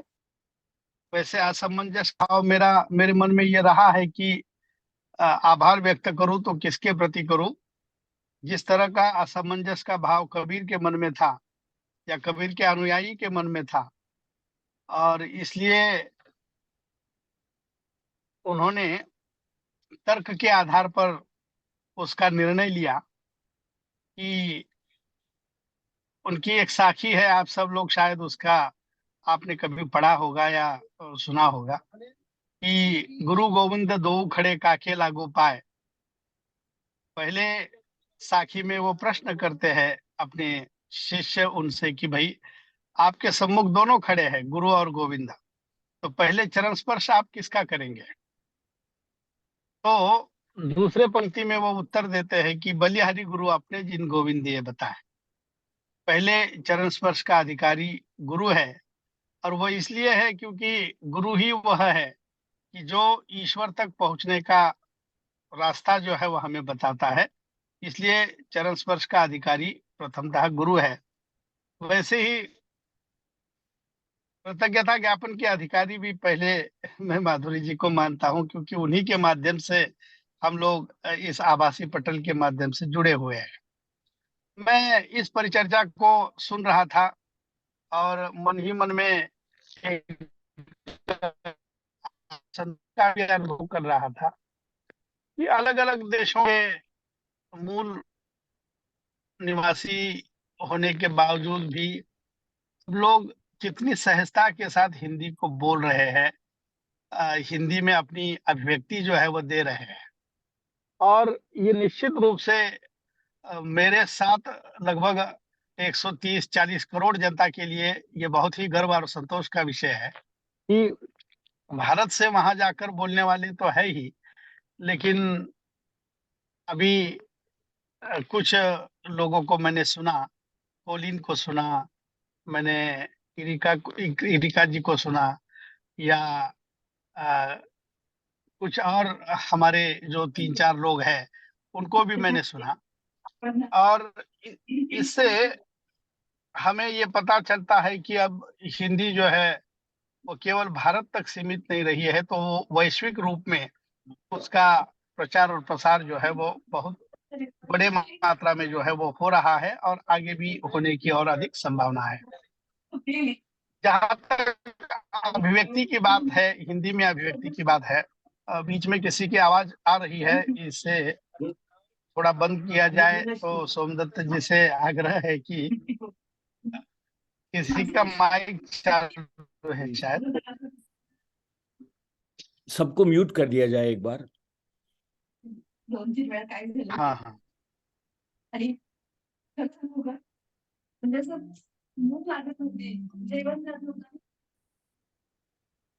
ये कैलाश भामारे, हाँ, अच्छा अच्छा, ठीक है।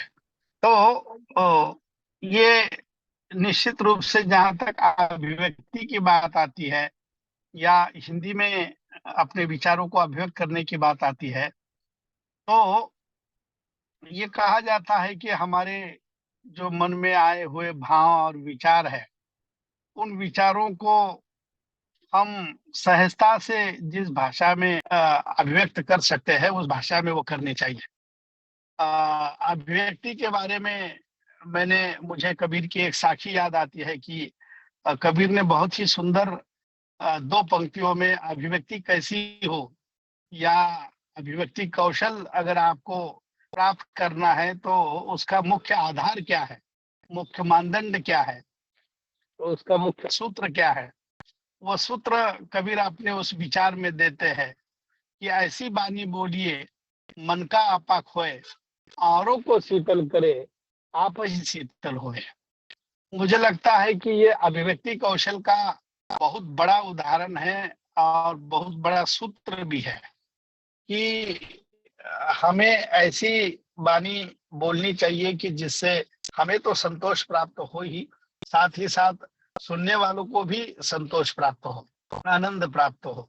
क्योंकि जिस उद्देश्य से हम साहित्य की रचना करते रहे हैं, और काव्य शास्त्र में भले ही उसके कई सारे उद्देश्य बताए गए हैं कि काव्य यश से अर्थ कृते व्यवहार विदे शिवे तरक्षते सद्य पर निवृत्त कांता समित उपदेश, इतने सारे साहित्य लेखन के उद्देश्य भारतीय काव्य शास्त्र में बताए गए हैं। और उनमें से अब इस भूमंडलीकरण के दौर में कई सारे उद्देश्य को जो है वह हम फलीभूत होते हुए भी देख रहे हैं। जहां तक हिंदी में अभिव्यक्ति की बात है, मैं यहाँ कुछ जो विद्वान और छात्र है जिन्होंने ये इच्छा भी व्यक्त की है कि वे भारत में जाकर हिंदी को सीखना चाहते हैं और अधिक हिंदी में गति पाना चाहते हैं, तो केंद्रीय हिंदी संस्थान भारत का एक ऐसा संस्थान है कि जो शिक्षा मंत्रालय के अंतर्गत एक स्वायत्त संस्थान के रूप में काम करता है। और हमारे यहाँ लगभग प्रतिवर्ष 100 विदेशी विद्यार्थी हिंदी का शिक्षण प्रशिक्षण लेने के लिए प्रवेश लेते हैं। 4 चरणों में उनको हम पढ़ाते हैं। एक दक्षता पाठ्यक्रम, उच्चतर दक्षता डिप्लोमा, और उनमें मुख्य रूप से लेखन अभिव्यक्ति या उसमें पहले तो उच्चारण को लेकर बल दिया जाता है, उच्चारण, फिर लेखन, और फिर उसमें साहित्य की और सामाजिक और सांस्कृतिक स्थितियों की और भारतीय दर्शन और परंपराओं की जानकारी भी उसके माध्यम से जो है वो देते हैं। और उसके लिए भारत सरकार का विदेश मंत्रालय और शिक्षा मंत्रालय आर्थिक सहयोग देता है। उन सारे छात्रों को निःशुल्क यहाँ उनका यातायात की सुविधा दी जाती है और प्रतिवर्ष 9,000 रुपए स्टाइपन या स्कॉलरशिप के रूप में जो है वो प्रति माह जो है उसको दिया जाता है। और इस बीच अगर उसको कुछ भी मतलब होता है मेडिकल पर अगर उसको कुछ ये होता है तो सारा खर्च जो है वो भारत सरकार जो है वो उसका और केंद्रीय हिंदी संस्थान करता रहा है। और मुझे आप सब लोगों को बताते हुए ये खुशी हो रही है कि अब तक लगभग 12 से 15 हजार से अधिक विदेशी छात्रों को प्रशिक्षित करने का काम केंद्रीय हिंदी संस्थान ने अब तक किया है। और प्रतिवर्ष ये 100 का आंकड़ा था। मेरे आने के बाद पहले ही मीटिंग में हमने इस 100 की मर्यादा को अभी 150 में कन्वर्ट किया है कि अगले वर्ष से 150 विदेशी विद्यार्थियों को हम प्रशिक्षण के लिए आमंत्रित करने वाले हैं। और मैं चाहता हूं कि आप इस आभासी मंच से जुड़े हुए सभी लोग अपने अपने परिचितों में जो भी यहाँ आकर पढ़ना चाहता है या इस प्रकार का अध्ययन करना चाहता है तो उसको यहाँ आने के लिए प्रेरणा और प्रोत्साहन देने का काम जो है वो आपकी ओर से हो जाए तो इस उपक्रम में और जो है वो गति हम पा सकते हैं। जैसे हमने देखा कि विदेशी विद्यार्थियों के लिए केंद्रीय हिंदी संस्थान काम करता है, वैसे ही विदेशी लेखकों के लिए जो प्रवासी साहित्यकार के रूप में अलग अलग देशों में साहित्य रचना करते हैं, उनके साहित्य प्रकाशन का जिम्मा भी केंद्रीय हिंदी संस्थान पिछले कई वर्षों से उठा रहा है। और पिछले 4-5 वर्षों में कई ऐसे विदेशी लेखक हैं कि जिनके पुस्तकों का चाहे वो कविता संकलन हो, कहानी संकलन हो या संस्मरण हो या रेखाचित्र हो या यात्रा वर्णन हो, उसको प्रकाशित करने का कार्य भी संस्थान के द्वारा किया जाता रहा है। जो विदेशों में पत्रिकाएं चलती है या निकलती है नियमित रूप से, उनको आर्थिक सहायता देने का काम भी संस्थान प्रायः करता रहा है। और उसके लिए भी हम एम्बेसी के मार्फत या दूतावास के मार्फत जो है वो आवेदन मांगते हैं और वेबसाइट पर उसका लिंक भी दिया जाता है कि जो भी उस प्रकार की पत्रिकाएं चलाता है तो उसके लिए भी आर्थिक सहायता अनुदान संस्थान की ओर से दिया जाता है। एक और महत्वपूर्ण बात मैं केवल एक जानकारी के रूप में आपको बता रहा हूँ, विषय पर मैं पुनः आज आ रहा हूँ कि मध्य एशिया के जो दूतावास है, राजदूत है, उनके लिए एक पाठ्यक्रम बनाने का दायित्व विदेश मंत्रालय ने केंद्रीय हिंदी संस्थान आगरा को सौंपा और उसे हमने सहर्ष स्वीकार करते हुए मध्य एशिया के जितने भी डिप्लोमेट्स है या राजदूत है उनके 1 वर्ष का उनका एक पाठ्यक्रम हमने अभी विदेश मंत्रालय को बना कर दिया है। वो पाठ्यक्रम संभवतः अगले वर्ष से हम उसको प्रारंभ करेंगे और राजदूत को अपने कर्तव्य निभाते समय जिन जिन चीजों की आवश्यकता होती है उन चीजों को लेकर कुछ पाठ्यक्रम कंटेंट जो है वो हमने तैयार किया है और जिन्हें विश्व भर में अध्ययन अध्यापन का अनुभव है, ऐसे विशेषज्ञों की सहायता से यह पाठ्यक्रम बन गया है और संभवतः वो अगले माह से अगले एकेडमिक ईयर से जो है वो उसको हम प्रारंभ करेंगे। तो ये संस्थान के बारे में 2-3 मूलभूत जानकारी आपको देनी थी। अभी जो चर्चा मैं सुन रहा था कि कोलिन को मैंने सुना कि जब भाषा पर जब हमें अधिकार प्राप्त करना होता है तो हम लोग जब पाठशाला में थे तब हमें हमारे गुरुजी बताया करते थे कि अगर भाषा पर आपको अधिकार पाना है तो आपको उस भाषा में सोचना प्रारंभ करना होगा, तभी आप उस भाषा में अच्छा बोल पाएंगे।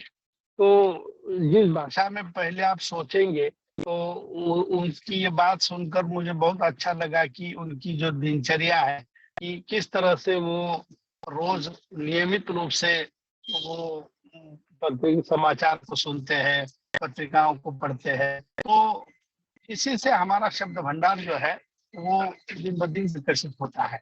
और ये किसी भी भाषा सीखने के लिए अत्यंत आवश्यक है कि शब्द संकलन आपके पास अच्छा मात्रा में हो। अच्छी अगर जितनी शब्द संपदा आपके पास विपुल रूप में रही होगी, उतनी आपका भाषाई सौंदर्य जो है वो ज्यादा प्रभावी जो है वो हो जाता है। और इसीलिए केंद्रीय हिंदी संस्थान ने एक भाषा कौशल, हिंदी भाषा कौशल नाम से एक लघु अवधि का पाठ्यक्रम भी हम अगले सत्र से शुरू कर रहे हैं, जो दोनों मोड पर चलेगा, ऑनलाइन भी चलेगा, ऑफलाइन भी चलेगा। और उसमें विदेशी विद्यार्थियों को भी हम सहभागिता दर्ज करके विषय विशेषज्ञों के द्वारा उसमें हिंदी भाषा कौशल में जो बेसिक तो है ही, मूलभूत जो भाषा के का ज्ञान है वो तो उसमें है ही, लेकिन मूलभूत के अलावा मतलब बोलना लिखना के अलावा उसमें अभिव्यक्त होना या उसको रोजगार अभिमुख दृष्टि से उसका उस भाषा का प्रयोग करना, ये भी उसमें उस भाषा कौशल के अंतर्गत जो है वो समाहित किया गया है। और उस दृष्टि से अगर कोई भी विदेशी छात्र या अध्यापक उसमें रुचि रखता है तो निश्चित रूप से उसका जो हिंदी भाषा कौशल है वो विकसित करने में ये पाठ्यक्रम अपनी अहम भूमिका जो है आने वाले दिनों में निभा सकता है।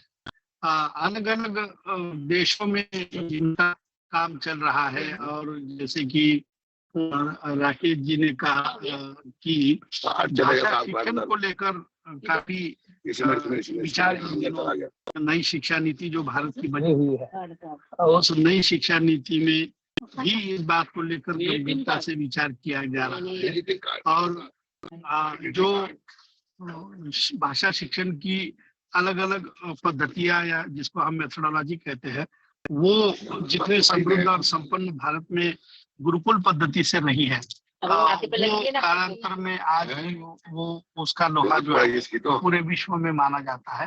तो उस दृष्टि से भी हमें आगे चलकर विकास भाषा कौशल को लेकर हमें करना चाहिए। लेकिन अभिव्यक्ति को अगर आपको प्रभावी बनाना है तो उसमें विविधता का होना बहुत जरूरी होता है, क्योंकि आपने देखा होगा कि एक सतही तौर पर बोलने से आपका बोलना उतना प्रभावी नहीं होता है, लेकिन बोलते समय अगर आप कुछ साखियों का, कुछ कविताओं की पंक्तियों का या कुछ विद्वानों के कोटेशन का अगर आप जिक्र करते हैं तो उससे आपका बोलना जो है वो और अधिक प्रभावी हो जाता है। और उसमें अगर कहाँ आपको बोध कथा का प्रयोग करना है, कहाँ आपको एक हाथ गजल के शेर का प्रयोग करना है, तो उसकी कला जो है वो आपको अभिव्यक्ति कौशल में जो है वो सीखना बहुत जरूरी होता है। जैसे कि मैं हमेशा मेरे भाषण में या अलग अलग जगह पर बोलते समय मैं उल्लेख करता हूँ कि उसका महत्व कितनी गुना बढ़ जाता है। जैसे कि विश्वास जैसे मूल्य को अगर आपको बताना है या लोगों को, छात्रों को या श्रोताओं को अगर तो आप उस पर भाषण देंगे, उस मूल्य के बारे में, उसकी व्याख्या के बारे में उतनी संप्रेषण आप नहीं कर पाएंगे जितना कि दो काव्य पंक्तियों के माध्यम से या दो एक आध शेर के माध्यम से उसको कर पाएंगे। और इसीलिए ऐसे भाषा को कलात्मकता देने के लिए या अभिव्यक्ति को कलात्मकता प्रदान करने के लिए ऐसे अलग अलग संदर्भों का प्रयोग जो है वो आपको वहाँ करके आना चाहिए। और भाषा शिक्षण को लेकर जो भी बातें नई नई जो तकनीकी आई है, हम जो तकनीकी का उपयोग भी हम उसमें अधिकाधिक मात्रा में कैसे कर सकते हैं, और गागर में सागर अगर हमको भरना है तो गागर में सागर भरना मतलब एक मुहावरा है, एक कहावत है, लेकिन गागर में सागर भरना मतलब कम से कम शब्दों में अगर हमको अपनी अभिव्यक्ति है तो उसको हम अधिकाधिक प्रभावी रूप से कैसे कर सकते हैं, इसके बारे में भी हमें गंभीरता से उसमें सोचने की आवश्यकता होती है। अलग अलग देशों में इन दिनों जो हिंदी का शिक्षण और प्रशिक्षण हो रहा है, उसमें आपने देखा होगा कि पूरे विश्व भर में एक रोजगार की दृष्टि से क्यों न हो, लेकिन अब हिंदी को सीखने की एक आवश्यकता हर एक देश में महसूस की जा रही है। और ये भूमंडलीकरण का सबसे बड़ा और एक अच्छा सकारात्मक परिणाम हम देख सकते हैं, क्योंकि हर एक मल्टीनेशनल कंपनी को लगता है कि मेरा उत्पाद अगर मुझे भारत जैसे बड़े बाजार में अगर हमको लेकर जाना है तो उनकी भाषा में हमको ये सारी बात करनी पड़ेगी। और एक उसका उदाहरण हमको ध्यान में आता है कि जैसे कोका कोला कंपनी है, कि जो कोका कोला पहले केवल 5 स्टार होटल में बिकता था, लेकिन उसका विज्ञापन जब भारत में सिनेमा में काम करने वाले फिल्म स्टारों के द्वारा जब किया गया तो उसकी पॉपुलैरिटी इतनी बढ़ गई कि आज वो कोका कोला जो है वो गांव और देहात के दुकान पे भी हमको उपलब्ध होता है। और उसका बनाने का मूल्य भले ही कम रहा हो, लेकिन उसके विज्ञापन का और इसका ये करके उसका मूल्य बढ़ गया है। लेकिन चीज को अगर हमें सर्वसामान्य तक पहुंचाना है तो विज्ञापन जैसी कला है, उस विज्ञापन जैसे कला को हमको सीखना होगा, संवाद कला को हमको सीखना होगा, या अलग अलग जो कौशल है उस कौशल को भी हमें उसमें आत्मसात करना होगा। तो उस दृष्टि से मुझे लगता है कि अभिव्यक्ति की मर्यादाओं को जो है वो हम ला सकते हैं, और इसी दृष्टि से हमें आगे बढ़ने की नितांत आवश्यकता है। जब हमारी और माधुरी जी की बात हुई थी तो बीच में अभी मैं थोड़ा दिल्ली आ गया हूँ और यात्रा में हूँ, तो बहुत ज्यादा लंबी बात मैं अभी कर नहीं पा रहा हूँ, क्योंकि थोड़ा कनेक्टिविटी का भी प्रॉब्लम है। और फिर भी जैसे ही मैडम का फोन आया मुझे ध्यान आया कि हमको जुड़ना है, और ये एक शुरुआत है। हमें विश्व हिंदी सचिवालय और केंद्रीय हिंदी के संयुक्त सहयोग से हम निश्चित रूप से आगामी दिनों में कुछ एक अच्छी योजना बनाकर इस दिशा में आगे काम कर सकते हैं। और मैं अपेक्षा करता हूं कि ये सहयोग और ये संबंध ऐसे ही बना रहेगा, और निरंतर चर्चा से हम निश्चित रूप से आगे इसको एक अच्छा आकार देंगे कि जो सारे दुनिया के लिए आदर्श सिद्ध होगा और उच्चतम आदर्श नमूना बनेगा। मुझे यहाँ बुलाया, बोलने का अवसर दिया, इसलिए पुनः एक बार आप सबके प्रति आभार व्यक्त करता हूँ। अनूप जी के प्रति भी आभार व्यक्त करता हूँ कि बहुत कम अवधि में आपने बहुत संक्षेप में मेरे परिचय के बारे में आप सबने अवगत किया, इसलिए आपका भी आभार व्यक्त करता हूँ। सोनू जी है, मनदीप है, अप्सरा जी है, मैं सभी के प्रति एक बार आभार व्यक्त करते हुए आपकी बात को पूर्ण विराम देता हूँ। धन्यवाद। बहुत बहुत धन्यवाद सुनील कुलकर्णी जी। आपने न केवल हमें केंद्रीय हिंदी संस्थान की परियोजनाओं के बारे में बताया, हम उससे कैसे जुड़ सकते हैं उसके बारे में बताया, और साथ में आपने कार्यक्रम की एक बहुत ही संक्षेप रूप में उसका जो सार है, उसकी जो आपने बताया, उसके लिए बहुत बहुत धन्यवाद। और अब हम औपचारिक रूप से धन्यवाद देना, जो एक ज़रूरी एक भारतीय परंपरा मैं जिसको कहूँगा रही है, उसके लिए मैं श्री शुभांकर मिश्र जी जो कि विश्व हिंदी संस्थान मॉरिशस के उप महासचिव हैं, उन्हें मैं बहुत ही आदर और सम्मान के साथ आमंत्रित करता हूं कि वो हमारे सभी वक्ताओं का औपचारिक रूप से धन्यवाद दें।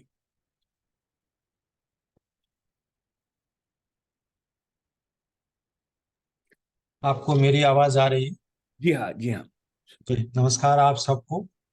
आप सब इस कार्यक्रम में पधारे।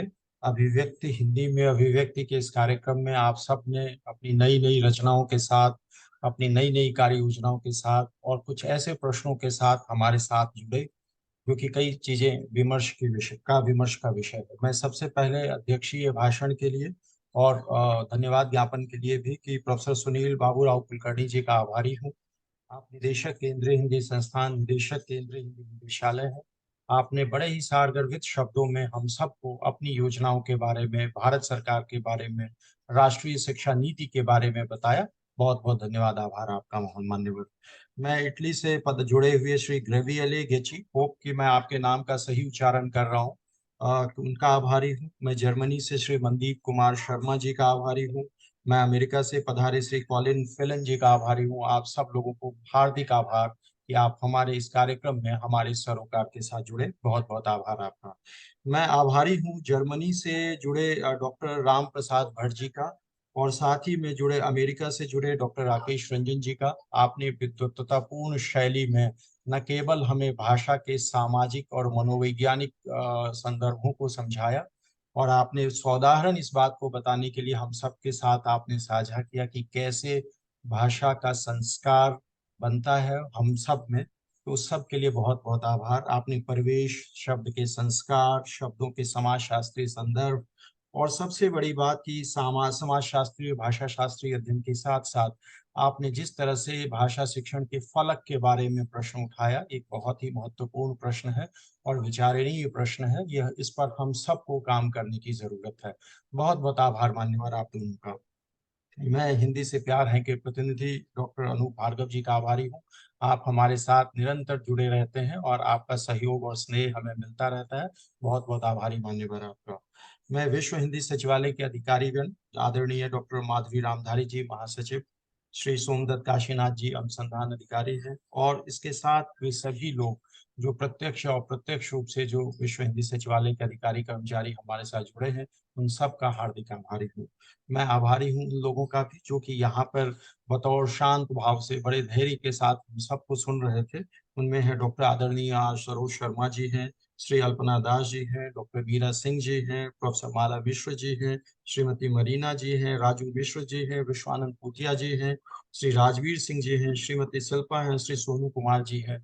आप सब लोग हमारे इस सरोकार में जुड़े, विश्व हिंदी सचिवालय के इस कार्यक्रम के साथ जुड़े, विश्व हिंदी सचिवालय के सरोकारों से आप जो है हमारे प्रयत्नों के साथ जुड़ करके हमारे सरोकार के साथ आप आगे बढ़ रहे हैं। बहुत बहुत आभार आप सबका। इसी आशा के साथ, इसी विश्वास के साथ कि निरंतर आप लोगों का यह सहयोग विश्व हिंदी सचिवालय को मिलता रहेगा। बहुत बहुत आभार आप सबका। धन्यवाद। बहुत बहुत धन्यवाद शुभंकर मिश्रा जी आपका इस धन्यवाद प्रस्ताव के लिए। और सभी अच्छी चीजें किसी तरह कभी समाप्त होती हैं, तो इसी के साथ हम आज की सभा को समाप्त करते हैं। आपसे 2 सप्ताह के बाद हम फिर मिलेंगे। ये जो माह में जो दो कार्यक्रम हम लोग करते हैं विश्व हिंदी सचिवालय के सौजन्य से, उसमें आपका स्वागत है। आप हमसे जुड़ें, हमें खुशी होगी। बहुत बहुत धन्यवाद। धन्यवाद। नमस्कार।